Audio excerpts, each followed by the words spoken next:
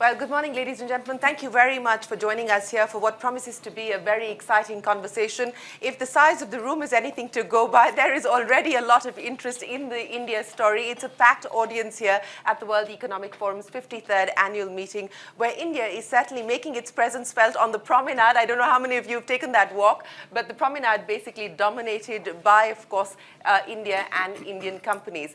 Just for context, the conversation that we intend to have here is to really understand the India opportunity.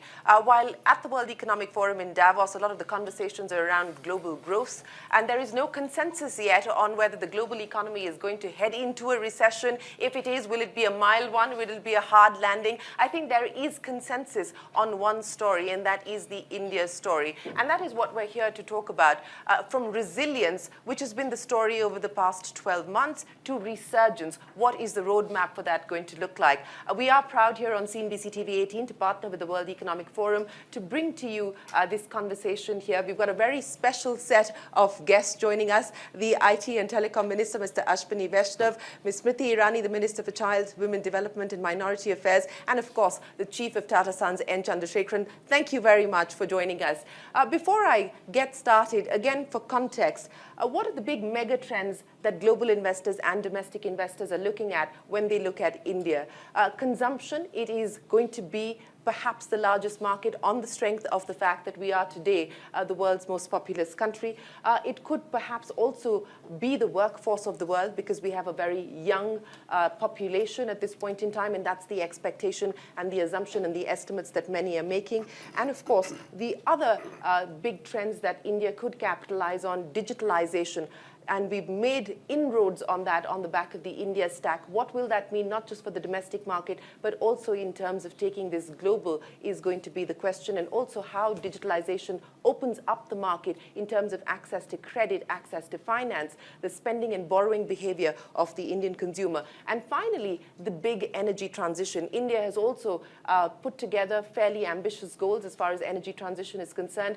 It has its challenges, but it also throws up opportunities. So those are going to be the areas of conversation that I intend to take forward here with the ministers. Minister Vaishnav, let me start by talking to you. As I said, there is no consensus on where global growth is headed and where the global economy is headed. Where there is consensus is that globalization as we knew it has changed. There is a reshaping of the world that's taking place, driven largely by geopolitics, which is now dictating how geoeconomics is going to work. So I want to understand from you, how is the Indian government looking at the multipolar world today? India's role in it, and specifically in terms of a roadmap to be able to get to whether it's 5 trillion or 10 trillion, where do you believe we stand on the reform roadmap? How much more work needs to be done?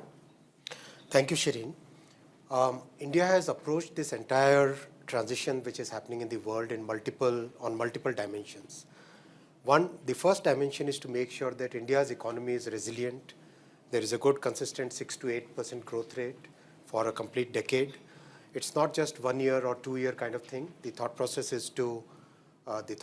and the policy framework which follows is for a complete decade, 6 to 8% growth with very moderate inflation. The second dimension is when the world is looking for resilient supply chains, and as you said in your opening statement, India has a very young population. So how do we attract large number of supply chain participants to India?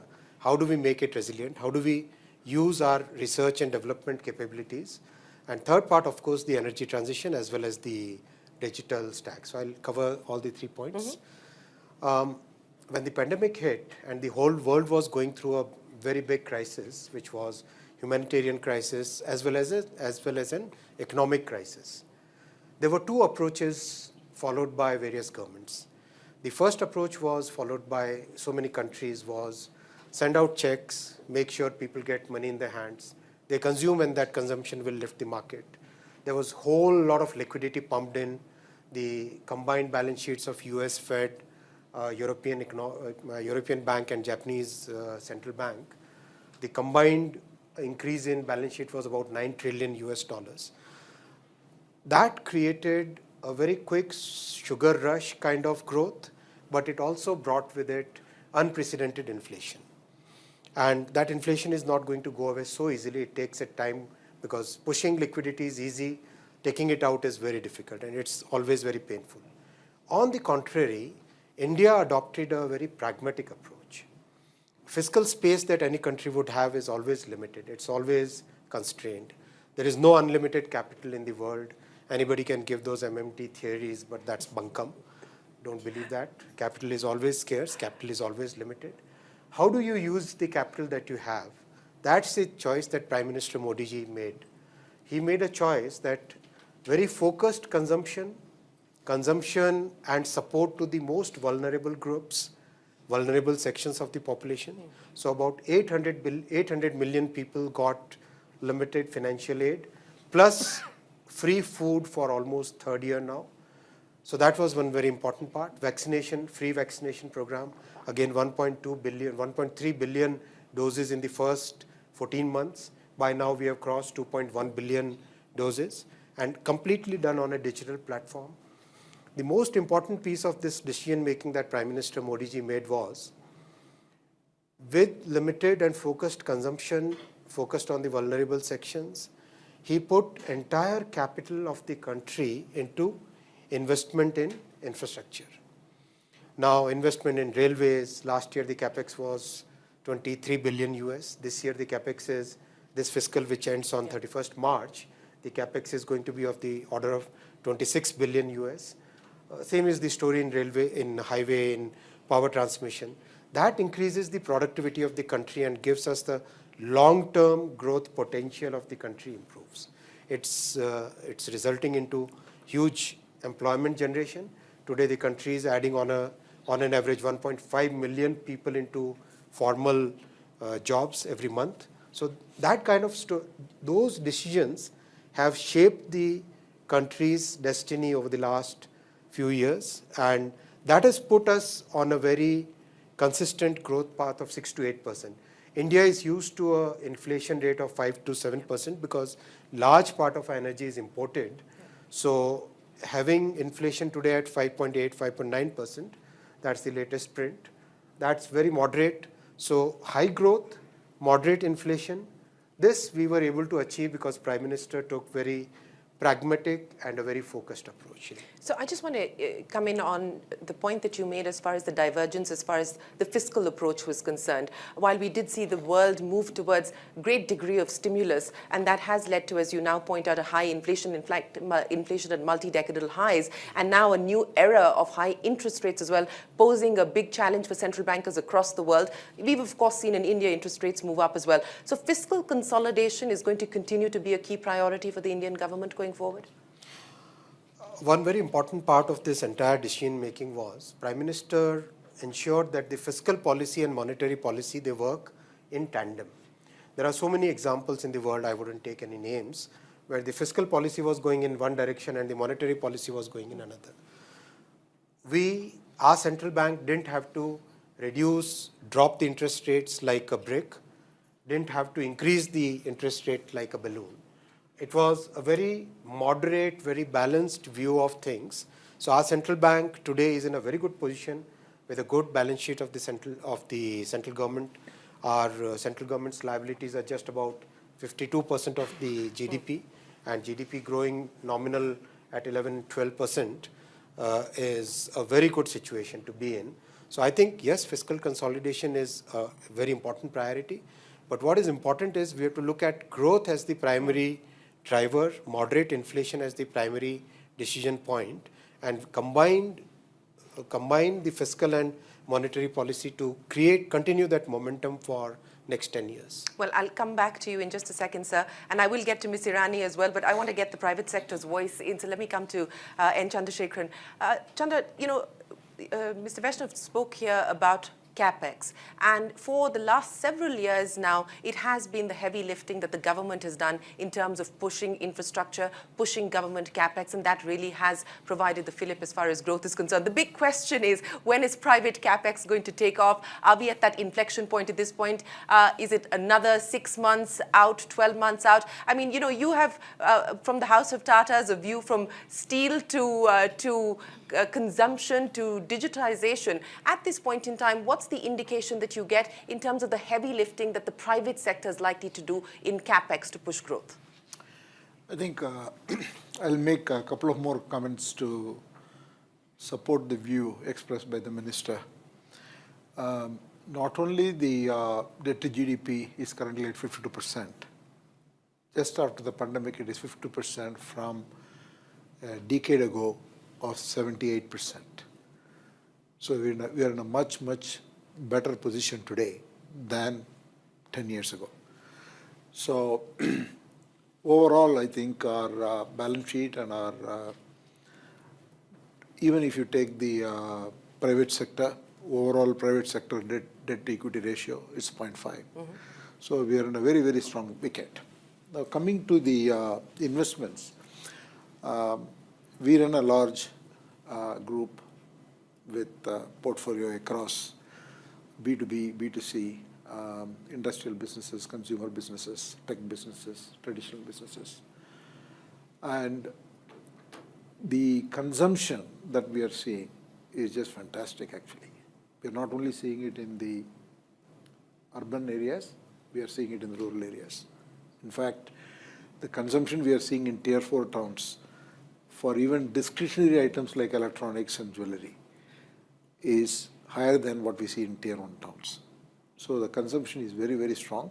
We have been seeing that for the last few years, and we have seen it in the first half of the year. Last year, we delivered a growth of 25% on a group-wide basis. And this year, that is the year ending March, the first half, we have already seen 19% growth. In all likelihood, will be 22-23% growth. So I think the consumption-led growth is very strong. And with the infrastructure spending that's being done by the government, will definitely add to this as a tailwind. Coming to the business investments in capital, I can talk for our group to start with. I think we have a very, very huge capex outlay between steel, auto, electric vehicles, renewable energy, batteries, electronics, and a host of other businesses. Our capital commitment for the next 5 years is $90 billion. So I don't know where this fear that private sector will not come in is coming from. But at the end of the day, private sector takes time because we can't just announce an outlay. Government can decide that we are going to make an outlay of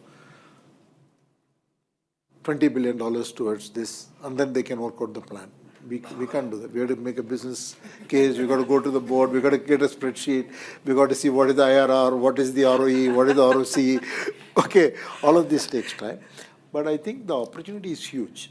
Opportunity is huge, and I think this 6 to 8% growth, at the low end at 6%, we will achieve $20 trillion by 2047. At the high end at 8%, you'll achieve $30 trillion. So the number will be somewhere in between.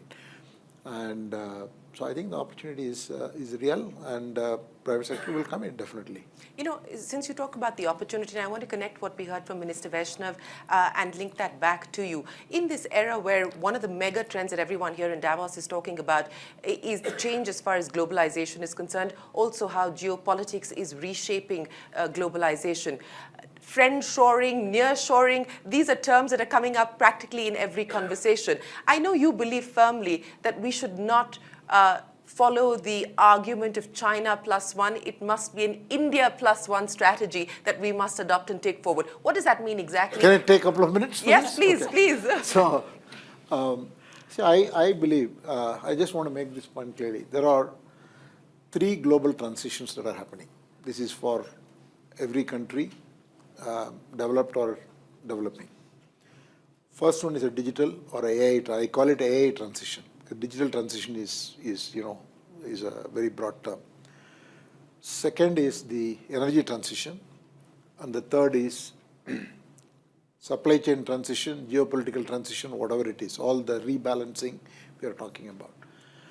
And everything else we talk is all within these 3. India is uniquely positioned in all the 3. On the digital transition, the reason we are uniquely positioned is because we've got a fantastic tech sector. We've got a huge talent pool. I mean, the number of tech graduates pass out in India is the highest and not comparable to any other country in the world. We can combine multiple countries, still they won't match the number of graduates we pass out. Third, in the last 5, 6 or a decade, we have demonstrated that we can leverage technology and do developmental projects and public delivery at scale. And this was most exemplified in the COVID handling. This has to be seen not only as a technology transition, I call it an attitude transition. What has happened in India? The mindset and attitude has changed. Every other country went for a COVID era, a Pfizer or a Moderna. India in the past would have run helter-skelter and see how to get a Pfizer or a Moderna. But in this situation, in the peak of COVID, the country had the guts to say that we will do it alone. I mean, there is something to be said about that. And that attitude combined with the example of large-scale digital transformation projects. I mean, we built the whole app on the fly to vaccinate 1.3 billion people. We were all in a call every Monday evening, 7 to 8 o'clock. Business and government. So that's why the digital transition, we are extremely well placed. Energy transition, we are well placed because we are probably the only nation of scale where 2/3 of our growth for the next 25 years is going to come. So all our energy per capita is the lowest in the world. So it will increase. The amount of energy we are going to consume is so much, and all of this is new energy. So we are not replacing the bad energy. We are creating new energy for development. And to do this transition when there is growth, all of us who are in business know growth fixes every problem. You can have any problem, it will all be fixed by growth. I always say the priority should be, 3 priorities should be growth, growth, growth.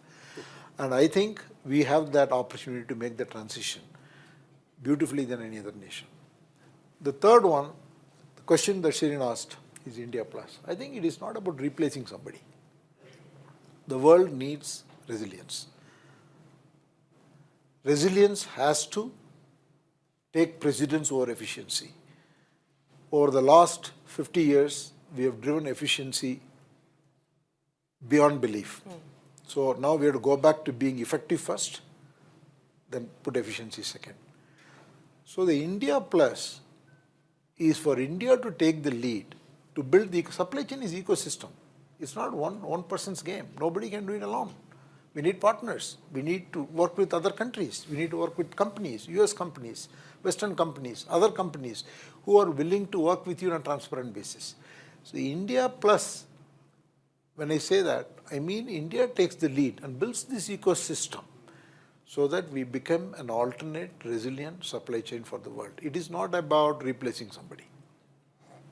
Well, thank you for explaining what you mean by India Plus. And I think this again is an issue that is being debated at this point in time, that as more and more countries like India move towards creating these ecosystems, move towards creating their own supply chains, will it have an impact on inflation in the long term? But that's matter for another debate at another time. Minister Irani, let me address the issue of inclusive growth with you, because as Mr. Chandrasekaran pointed out, growth addresses many problems, but the point of inclusion also needs deliberate choices to be made. And that's what I want to understand from you. The work that's already been done, what more can we expect now on being able to create a social protection net, on being able to ensure that the widening income inequality, that gap reduces, is bridged as well? I think if I am permitted to reflect in the eloquence of Chandra, there are 2-3 things that I would like to take forward from what he said. Firstly, what happened in the pandemic is that tenacity of tech met the audacity of administration. And that is what India has said to the rest of the world. That's it. And when you talk about inclusive growth, when you talk about social security, what the Prime Minister has done is that he has re-strategized how you look at welfare. And through his policies, and the only part that I'll differ from the eloquence of Chandra is that there is no shotgun pronouncement of outlays. There is a strategic pathway that is designated before the money is put to the number or the plan.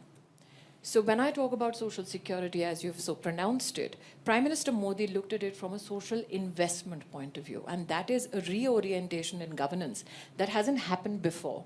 How did it play out? Chandra speaks about the consumption levels in tier 4 levels of our country. How did that consumption get fueled?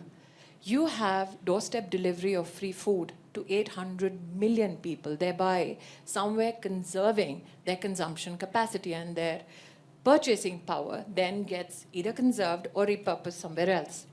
Apart from food, what you have done for 1 billion plus of your populace, and especially for those who are marginalized, those who are poor, is protect their pharmacological needs in a pandemic. You have delivered 2 billion doses of vaccine. And that is why I said that the tenacity of tech met the audacity of administration. As he said, the easiest thing for India to do would have been somewhere a victim of the compulsion of the alacrity with which the pandemic was spreading, that there would have been many pressures that a government faces that import that vaccine. And it takes a lot of political strength to withstand that pressure and belief in the capacity of Indian industry to rise to that occasion, knowing well that in a time when global supply chains are choked or shut down, your industry has the capacity to fulfill your need domestically, and not only fulfill a need, but also ensure that jobs are kept secure. And that is what the India story is. And again, extending from what Chandra says, why do I believe in the India +1 story? You, Shireen, began this entire discussion about how globalization is getting redefined. And now when we talk about the India story, we say we now reflect the Modi ethos of human-centered globalization. That when many countries were devoid of pharmacological help, when they were struggling to get their needs of PPE suits or vaccines met, India knew that there are many countries with their back to the wall. We did not commercially exploit that urgency of many societies. We were still humane enough to supply pharmacy needs of many countries, at times at no cost, and at times at just about the cost of production. And we did it not only out of a governance plan, we did it out of an Indian plan. As Chandra said, there are many industry captains in this very room who are on call 24/7. We've told the world, especially at Davos, we never close for business. But we were at business, both of governance and manufacturing, especially when the world had shut down. And that is the potential of India that needs to be pronounced from every corner. We did not profit from your misery. We were humane in our approach. We were resilient in protecting our supply chains. And we still served a common global cause. Well, thank you very much for that very eloquent insight into the audacity of administration and, of course, the convergence with technology. But, Mr. Vaishnav, let me address the issue of opportunity and the roadmap ahead. One of the big things that everyone here is talking about is the PLI schemes. The government has announced and rolled out PLI schemes across 13 different sectors. There are different stages of evolution at this point in time because the dates of rollout were different. The question now is, in light of the success of the schemes that have already been rolled out, does the government feel more emboldened and confident to do more, to include more sectors under the PLI schemes? And for existing schemes, for instance, like the FAME scheme, for the benefit of our viewers who don't know, the scheme that was brought in to try and accelerate the growth of electric mobility, the sun sets on many of those schemes in the next year or so. Will the government like to continue? Because investors investing will also want predictability and a roadmap of what incentives will look like. Are we likely to see an extension of the existing subsidies? And are we also likely to see new PLI schemes and new incentives being brought in? So PLI scheme has proved out to be very successful, both for the government as well as for the industry. In terms of government, to what Mr. Chandra said, we don't put money just like that. We do have our calculations. We do economic IRR, you do financial IRR. So it's... No, I was not saying that. I was saying you can take the decision upfront. Of course, so I mean, just take PLI as an example. The outlay for PLI was about 24 billion US. The additional taxes that we are going to get just from the mobile PLI is going to be of that order. So just one mobile PLI pays for the entire PLI that we have for all the sectors. Combined together, the actual tax contribution, additional incremental GST and incremental income tax is going to be significantly more than the outlay that we put for it. What has happened is PLI first brought the assembly to country, right? Over a period of time, over a period of last 1.5 years, the assembly is now going deeper and wider. Component supply chain is shifting to India. Indian homegrown companies are coming up with components as well as many critical parts of the supply chain. And that is what is very, very encouraging. That is what is really good. We believe that, for example, this iPhone 14 is made in India, right? And now quite a few parts of it, quite a few components of it are now getting made in India. So that makes a huge difference. It is adding jobs. It is creating new economic opportunities. Are we likely to do more PLIs? Yes, there are many more PLI items in the work. For example, hardware IT, for servers, for laptops, for PCs. That is another piece to be still in works. There would be, this approach has worked well, so there would be more sectors that we consider. There will be more sectors. And you brought up that iPhone, and yes, we have seen Apple, through its partner Foxconn, shift a large part of its manufacturing now to India, including assembling the iPad, which is now likely to take place in India as well. Is there also a recalibration in position and strategy in the context of what we heard from Chandra? And I know that just today, apparently, the government has cleared investments from 13 companies that are linked to the Apple ecosystem so that they can assemble the iPad in India. Is there also a recalibration of strategy to say it doesn't matter if the money comes in from China or anywhere else as long as it is creating jobs in India?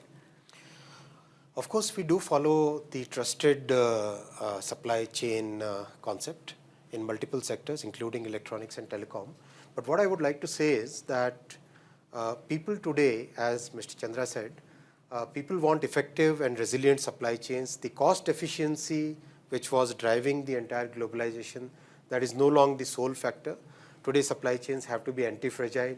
Supply chains have to work, whatever be the magnitude of global disruption.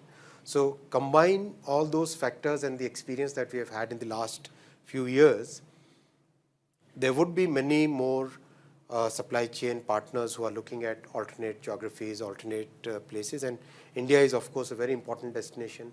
There is a stability of laws. Prime Minister Modi has shifted, has deleted about 1,500 archaic laws from the statute book. About 20,000 compliances have been removed from the compliance framework that we have. And a lot more simplification is happening. The reforms that Prime Minister did in the telecom sector, today a telecom tower, which used to take 7-8 months for a permission, 70-80% of the cases it happens instantaneously. As in zero time. So it's like you press your enter button, make the payment, and you get your permission. It's as simple as that. So things are improving on sector after sector. There is simplification. Space has been open to private investment. There are young startups who are now launching satellites. It's a totally new story in the country. Green Hydrogen Hub, the hydrogen mission, which has been approved a couple of weeks back. Already we have 174 gigawatt capacity from non-fossil fuels, which is 42% of India's total energy. So it's a very consistent, multi-dimensional, very resilient, very well thought through approach towards economy.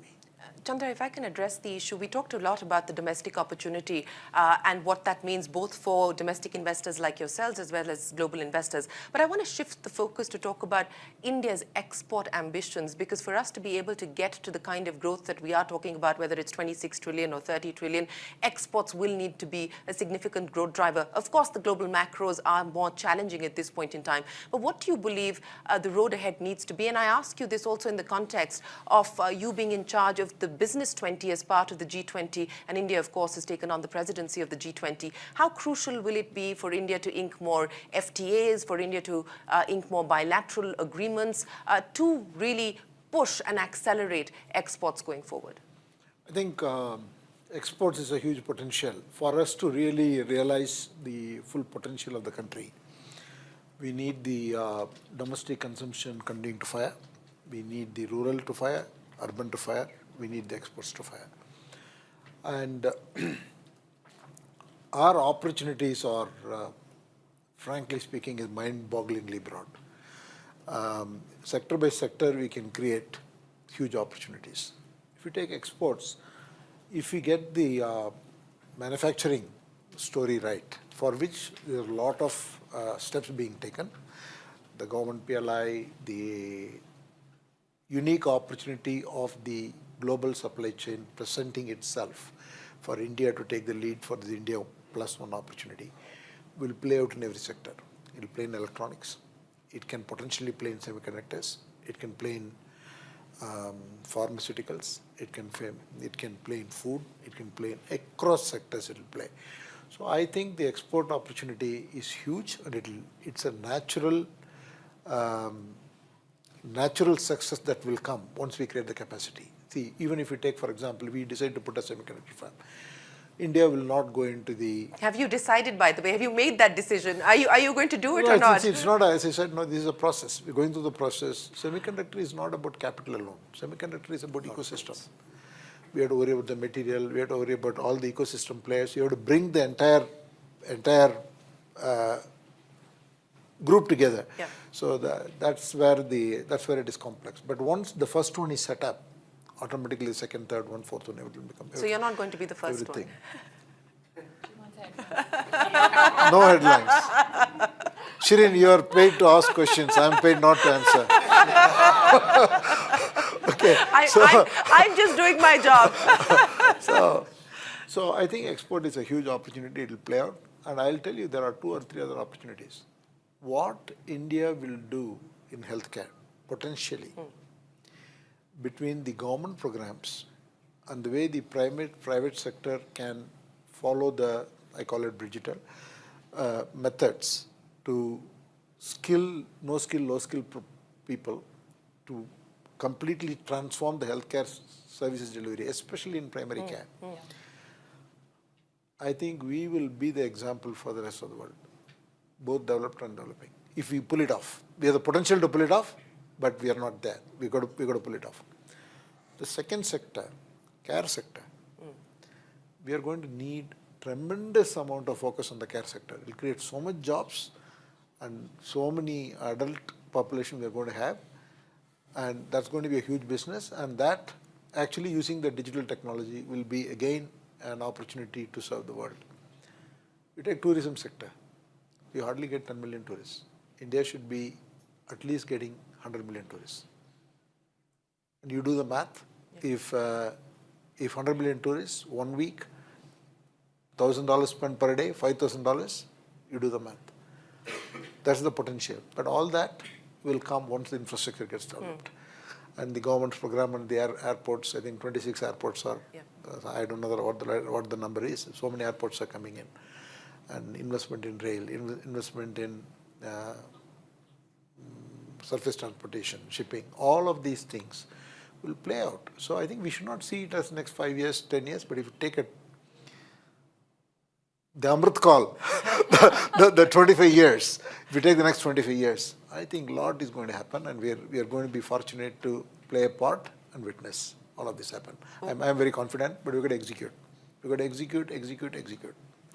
Minister Irani, I want you to build on that. Some of the opportunities that Chandra spoke of, as well as some of the unrealized potential, and that gap is fairly large, and that is what the aspiration is, that we will be able to bridge that gap. On areas like healthcare, on areas like the care economy, in the context of can India actually deliver on the aspiration of becoming the workforce for the world, what next can we expect? What are the priorities? I think that if you just take one tenet of what Chandra professed with regards to our export potential, and if, as he says, we fire off and execute from a rural perspective, what are our prospects? So let me, apart from health, dip into one very basic work ethic. We have seen in the history of our country that when you do a rural employment guarantee program, there is a work ethic which says you show up, you sign, and you'll get that money.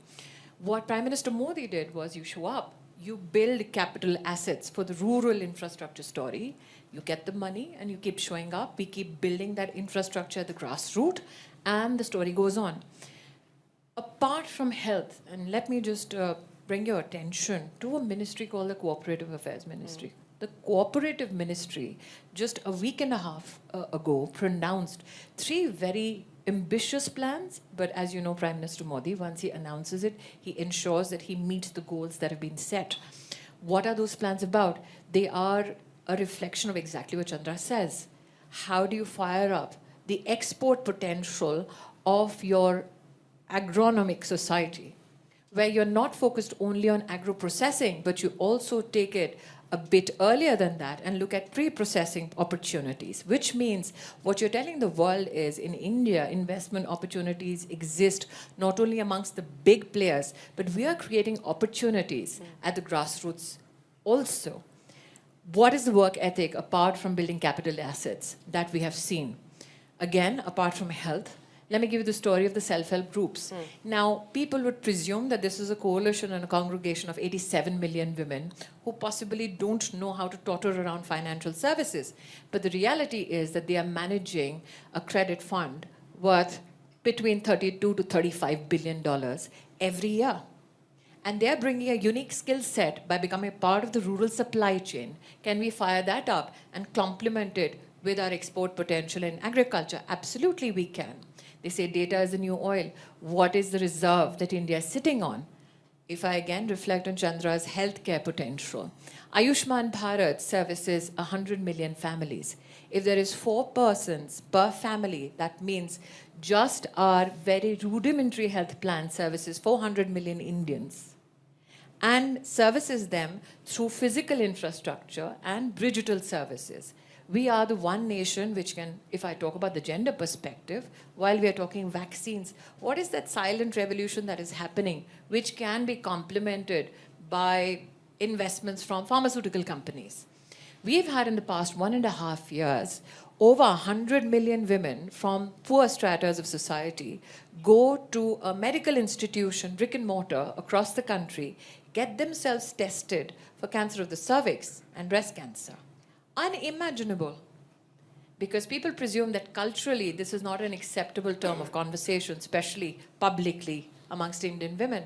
But what we have expressed is that when we have an access to a service, and when that access is also economical, we know how to use that service. So we've created that case for the world to reflect on, that as consumers, irrespective of whether you think our rural landscape has the potential or not, we have the intelligence to use the digital services or the healthcare brick and mortar services and bring about a huge churn. So when we talk about delivery of free food to 800 million people, what we never reflect on is that for the past 2.5 years, there has been a consistent administrative performance of going to the doorstep of 800 million people, which has not happened in any part of the world. That shows not only tech prowess, but it shows the human potential of India. We have the potential, and Chandra is right, that one of the big transition strategies is based on skill. In India, is it only based on dissemination of skill to a segment of population? Or is it that tenacity, the audacity of the average Indian to repurpose their skill to address a challenge? Short story, in India, by February, when we were hit by the pandemic, India had only an import supply of 55,000 PPE suits. We did not have raw material, we did not have machinery, and we had 0 companies. March, when WHO had just pronounced the standards, industry got together with government and said, we do not have a single lab to test it. How do we work? Global supply chains had shut down, and PPE suits were at premium. People were literally fighting on every one shipment. What did India do? In 1 month, Indian industry and government turned around 11 labs in the country with high technology and serviced by the digital, I think, part of the industry capacity. 11 labs in 1 month. We did not dilute WHO standards. and we repurposed our manufacturing in the apparel sector. And suddenly, from 0 companies, in just 1.5 months, we went to 1,100 companies. And in 3 months, we became the second largest exporters of PPE suits in the world, and at frugal costs. And that is why I say, why do I support what Chandra says about the India Plus One story? We knew there is an economics to the pandemic, but we did not profit from it. We repurposed our skills, our manufacturing base, and we did things that nobody in decades thought possible. That is the India story. Well, I think you've made that very impassioned plea about telling the India story. So let me throw it open to the audience here. I'm sure many have questions. Yes, sir, go ahead. There's a microphone coming to you. Hi, I'm Ian Lindsay, an advisor to the Prime Minister of the Kingdom of Bahrain. I actually led an investment mission into India in June of this year, visiting Delhi, Mumbai and Hyderabad, and the splendidly named Cyberabad in Hyderabad. Ministers, you've talked earlier about potential, huge potential, but also India is already there. You're now the 5th largest economy in the world. You're the largest democracy in the world. And of course, you're chairing the G20 this year. And we heard earlier from Chandra at the CII Deloitte's breakfast that you've got your B20. What I think would be quite good to hear is, you've talked about exports, but what does India bring to the table? To quote you, Your Excellency Minister, earlier, what does India bring to the table on international business now that you are up there as having achieved economic strength? That's, I think, what I'd like very much to hear from the panel. Thank you. Thank you very much. Both of you, why don't you start? So, one thing that we would definitely like to offer to the world is the India Stack. Now, India Stack, if we understand it, there was one approach where government was doing everything. I won't take any names. Government would like to control everything. Government would like to do everything in that particular geography. There is another approach where a few big tech, they monopolized everything. We in India in 2016 launched a totally new concept, which is public digital platforms, where the government invested in creating the platform and then anybody can join it. For example, the payment platform. More than 300 banks have joined it. More than 1.2 billion people are using it. Hundreds and hundreds of startups are using it. So that kind of concept, and it's all open source, to the point, what can India offer to the international business? This is an open source, available to everybody. Already 13 countries have signed MOUs with us, and we'd be very happy to offer it to the world. And again, as Minister Irani said, this is not for profit. This is purely our soft contribution to the world. Minister Irani. Just to, I want to add, but you can speak. I just want to compliment what my colleague says. I think that when you talk about the G20 presidency especially, as Prime Minister Modi has enunciated, what is it that we seek to contribute to? There's a difference between saying what do we seek to lead and what do we seek to contribute to. And that is why the theme is One World, One Future. And a part of that future is also climate change. Do you look at climate change from a responsibility perspective, or do you look at it from an investment perspective? We have in India pronounced the largest hydrogen mission in the world, but also we are home to the International Solar Alliance. We are home to the Coalition of Disaster Resilient Infrastructure. Till now, the disaster resilient infrastructure in India is domestically funded. But as Minister Vaishnav says, we are also using our technology to help give that support to mitigate climate change to nations which cannot afford that technology. Prime Minister Modi has opened up the space sector, but now we lead ISRO and its collaborative efforts with many countries who cannot afford that kind of a space program to specially combat climate change. Is that a humanitarian opportunity? Yes, but it's also an investment opportunity. Chandra? May I? Yes, please. I think this one has to be seen slightly differently from my point of view. You said India is already up there. I think, yes, we are the 5th largest economy, but we are not there yet because we have a long way to go.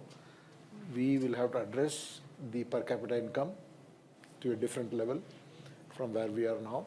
And I can give you 100 other metrics.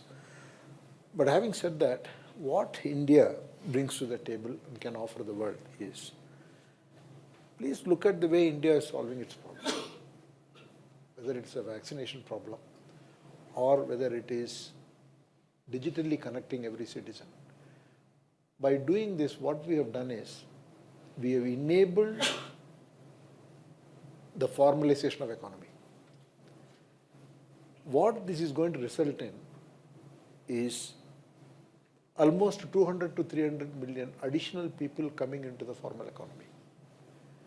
People always ask if the technology is going to come in such a way, will it take over jobs?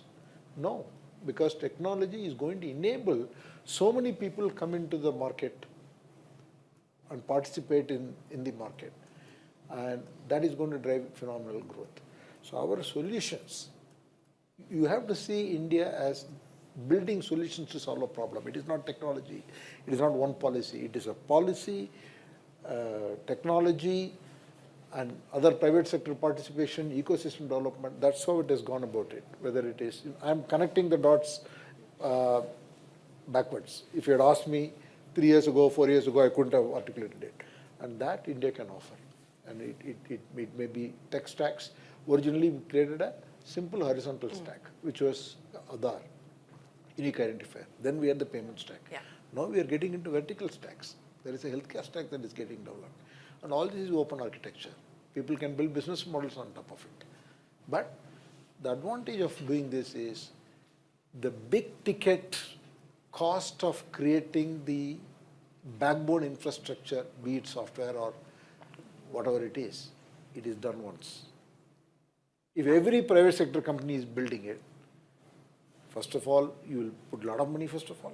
Right. Second thing is systems won't talk to each other, and it will take a lot of time. So I think there are many examples, but for the want of time, I'll leave it at that. Well, unfortunately, we're completely out of time. I know you have a question. Can we take one last question? Yes, ma'am, go ahead, please. Yes, we'll. Thank you very much. I'm Mirai Chatterjee from the Seva Cooperative Federation. You've got a microphone, please. Oh, I have quite a loud voice though. We are a federation of 110 primary collective businesses of women. Very much appreciate what the Honorable Ministers and Chandra said and very much support our government's efforts.